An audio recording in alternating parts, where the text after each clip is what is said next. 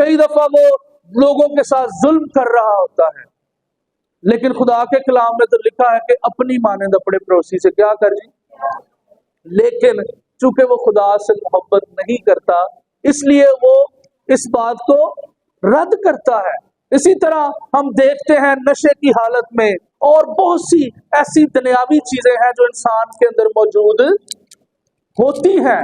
کیونکہ وہ خداوند کا خوف نہیں رکھتا۔ تو میرا خیال ہے اینی کو گل دی سمجھ آ گئی ہے نا کہ خداوند کا خوف علم کا شروع ہے، اور جب ہم خداوند کے خوف کی بات کرتے ہیں تے خدا نخواستہ اسی کوئی انج دا تصور نہیں کرتے کہ ساڈا خدا کو ڈرونا خدا ہے یا کوئی بہت کو جلا دے جڑا جناب سانو مار دے گا، سانو کٹ دے گا، وڈ دے گا، تو ایسا خوف نہیں ہے۔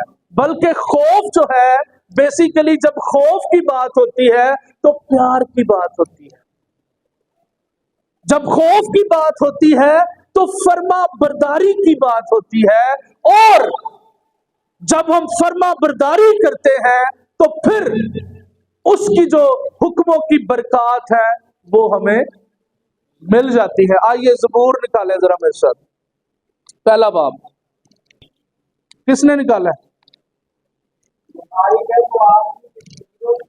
مبارک ہے وہ آدمی جو شریروں کی صلاح پر نہیں کی کردہ جی نہیں۔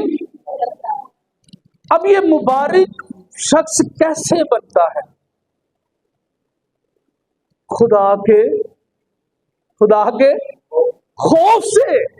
جب ہم خدا سے محبت کرتے ہیں تب ہم مبارک بن جاتے ہیں۔ کیونکہ پھر ہم شریروں کی صلاح پہ نہیں چلتے بلکہ ہم خدا کی صلاح پہ چلتے ہیں، جو اس نے اپنے خادموں کے ذریعہ سے، جو اس نے اپنے پاک کلام کے ذریعہ سے ہم تک، ہاللیلویہ، تب ہم مبارک کہلاتے ہیں۔ تو عزیزو، خدا کا خوف جڑا دوسرا پرنسپل آج اسی سیکھنا سی، کیا تھا بیٹے؟ خدا کا فیئر آف گاڈ۔ کیا تھا جی؟ Fear of. لیکن یہ خوف جو ہے یہ وہ والا خوف نہیں کہ جے اساں کو کام نہ کیتا تے سانو وڈ دیتا جائے گا، بلکہ یہ کیا ہے جی؟ کیا ہے جی؟ آپ کی باری، محبت، پیار، اور پھر اس پیار کی وجہ سے فرما برداری۔ لکھا ہے مبارک ہے وہ آدمی جو شریروں کی صلاح پر نہیں چلتا اور خطا کاروں کی راہ میں کھڑا نہیں ہوتا۔ تو عزیزو، جب ہم خدا کا خوف اپنے اندر لے آتے ہیں، جب ہم اپنی زندگیوں کے اندر خدا سے محبت کرنا شروع کر دیتے ہیں تو پھر ہماری زندگیاں جو ہیں وہ تبدیل ہونا شروع ہو جاتی ہیں، پھر ہمارے راستے تبدیل ہونا شروع ہو جاتے ہیں، پھر ہماری سوچیں تبدیل ہونا شروع ہو جاتی ہیں، پھر ہمارے خیال تبدیل ہونا شروع ہو جاتے ہیں۔ ہاللیلویہ۔ تو اس کا مطلب کیا ہے کہ ہم نے آدمیوں کا خوف نہیں کرنا۔ کیونکہ آدمیوں کا خوف ہمارے علم کو اور ہماری حکمت کو کی کر دیتا ہے جی؟ سٹاپ کر دیتا ہے۔ لیکن جب ہم خدا کا خوف کرتے ہیں، جب اس کی محبت ہمارے دلوں کے اندر آ جاتی ہے تو پھر ہم بڑھنا شروع ہو جاتے ہیں، پھر ہماری سوچیں، ہمارے خیال، ہمارے ارادے، ہمارے راستے چینج ہو جاتے ہیں۔ آمین۔ تو عزیزو، آئیے آج اس عہد کے ساتھ کہ خدا مجھے اور آپ کو چاہتا ہے کہ ہم اس کے خوف میں زندگی گزاریں، اپنے گھرانوں کے اندر آج سے ہم نے شروع کرنا ہے، فیملیز کے اندر، باہر نہیں۔ آج تو اپنے کتنے جی؟ فیملیز کے اندر اس پرنسپل کو ہم نے امپلیمنٹ کرنا ہے۔ کیا کرنا ہے جی؟ عمل پیرا ہونا ہے، ٹھیک ہے؟ اور یہ بھی آج میرے اور آپ سب کے لیے چیلنج ہے کہ ہم نے